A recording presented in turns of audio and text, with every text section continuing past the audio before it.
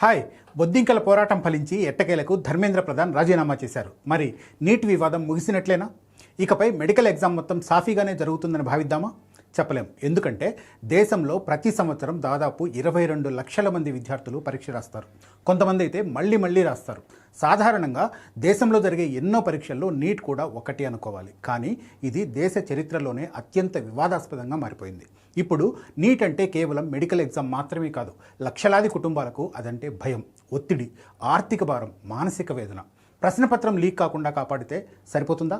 అసలు సమస్య పరీక్షలో ఉందా లేక మొత్తం వ్యవస్థలో ఉందా? కోచింగ్ మాఫియా నుంచి డ్రాప్ ఇయర్ కల్చర్ వరకు, భాషా వివక్ష నుంచి మానసిక ఆరోగ్యం వరకు నీట్ చుట్టూ చాలా పెద్ద సమస్యలే ఉన్నాయి. వాటి గురించి ఓసారి మాట్లాడుకుందాం.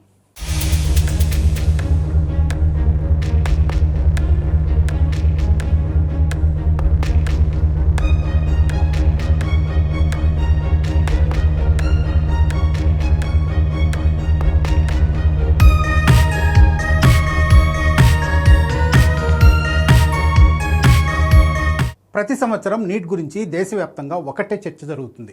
ప్రశ్నపత్రం లీక్ కాకుండా ఎలా అడ్డుకోవాలి, పరీక్ష పారదర్శకంగా ఎలా నిర్వహించాలి, ఇవన్నీ అవసరమైన చర్చలే. కానీ అసలు ప్రశ్న మాత్రం ఇంకొకటి ఉంది.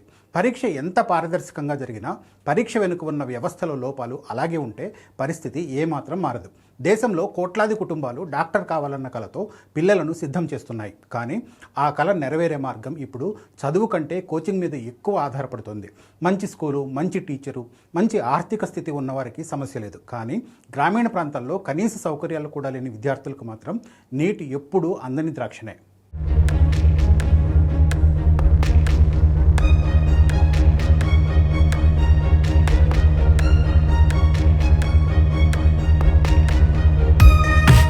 ఒకవైపు అన్ని సౌకర్యాలు ఉన్న పట్టణ విద్యార్థి, మరోవైపు ల్యాబ్ కూడా లేని ప్రభుత్వ పాఠశాలలో చదివే గ్రామీణ విద్యార్థి.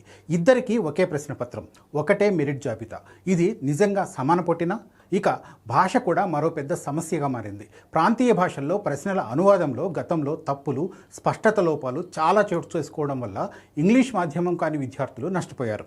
ఈ విషయంలో తమిళనాడు లాంటి రాష్ట్రాలు తమ నిరసన గళాన్ని వినిపిస్తూనే ఉన్నాయి. భవిష్యత్ వైద్యులను నీట్ ద్వారా ఎంపిక చేయడం పైన ఎన్నో విమర్శలున్నాయి.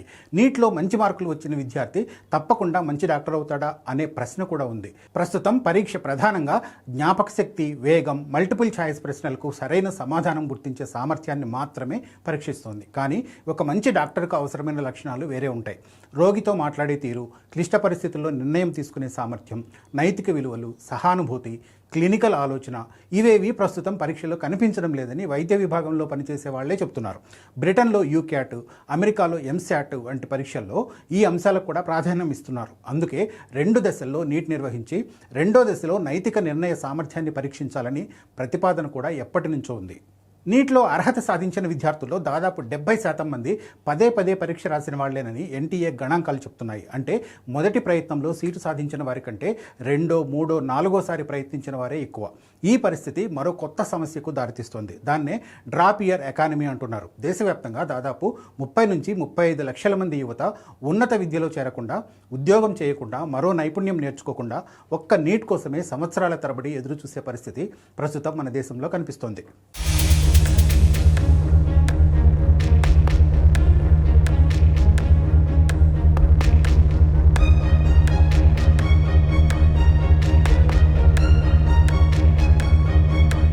ఒక కుటుంబం సంవత్సరానికి కనీసం 3 నుంచి 6 లక్షల వరకు కోచింగ్, హాస్టల్, ఇతర ఖర్చుల కోసం వెచ్చిస్తుంది.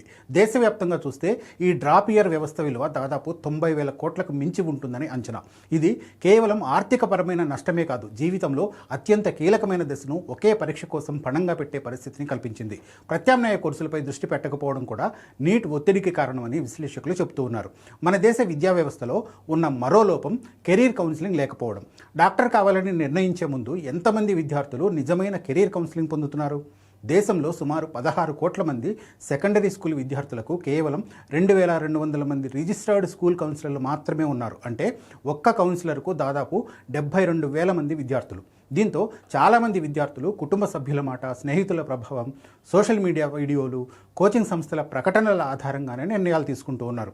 వాస్తవానికి తమ పిల్లలకు నీట్లో విజయం సాధించే అవకాశం ఎంత ఖర్చు అవుతుంది, ప్రత్యామ్నాయ కెరీర్ మార్గాలేవి, ఇలాంటి ప్రాథమిక సమాచారం కూడా చాలా కుటుంబాలకు తెలియదు.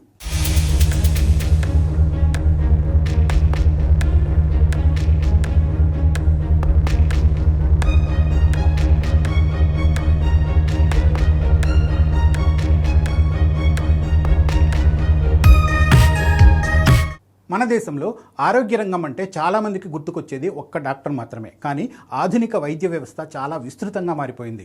నర్సులు, ఫిజియోథెరపిస్టులు, ల్యాబ్ టెక్నీషియన్లు, రేడియోగ్రాఫర్లు, పబ్లిక్ హెల్త్ నిపుణులు, కమ్యూనిటీ హెల్త్ వర్కర్లు వీళ్ళందరూ కలిసి పనిచేసినప్పుడే సమర్థవంతమైన ఆరోగ్య వ్యవస్థ నిర్మాణం సాధ్యమవుతుంది. మన దేశంలో ప్రతి 1000 మందికి 0.74 మంది డాక్టర్లు మాత్రమే ఉన్నారు. ప్రపంచ ఆరోగ్య సంస్థ సూచించిన స్థాయికి చేరాలంటే మరో 7 లక్షల మంది డాక్టర్లు అవసరం.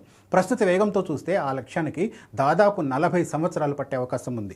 అందుకే నీట్ ఒక్కటిపైనే దృష్టి పెట్టకుండా నర్సింగ్, ఫిజియోథెరపీ, ల్యాబ్ టెక్నాలజీ వంటి కోర్సులకు ప్రత్యేక జాతీయ ప్రవేశ పరీక్ష ఏర్పాటు చేయాలనే ప్రతిపాదన కూడా ఉంది.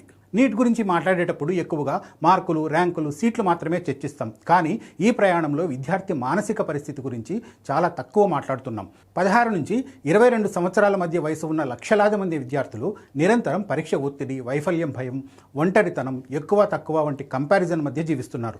ఇన్ని సమస్యల మధ్య అసలు దేశవ్యాప్తంగా నీట్ పేరుతో ఒకే పరీక్షా విధానం అవసరమా అన్న చర్చ కూడా కీలకంగా మారింది. తమిళనాడు, కర్ణాటక సహా అనేక రాష్ట్రాలు నీట్ను తీవ్రంగా వ్యతిరేకిస్తున్నాయి. మెడికల్ సీట్ల భర్తీ రాష్ట్రాలకే అప్పచెప్పాలని డిమాండ్ చేస్తున్నాయి. ధర్మేంద్ర ప్రధాన్ రాజీనామా ఘట్టం ముగిసింది. మరి కాక్రోచ్ పార్టీ ఆధ్వర్యంలో దేశవ్యాప్తంగా జరుగుతున్న ఆందోళన ఇకపై ఎలాంటి రూపం తీసుకుంటుందో చెప్పలేం. మంత్రి రాజీనామాతోనో, ఎన్టీఏలో ఉన్న అధికారులపై వేటు వేస్తేనో పరిష్కారమయ్యే సమస్య కాదు నీట్ది. వైద్య రంగంలో దేశ భవిష్యత్తుకు భరోసా ఇవ్వాలంటే నీట్తో ముడిపడి ఉన్న ప్రతి సమస్యకు సమాధానం వెతకాల్సిందే.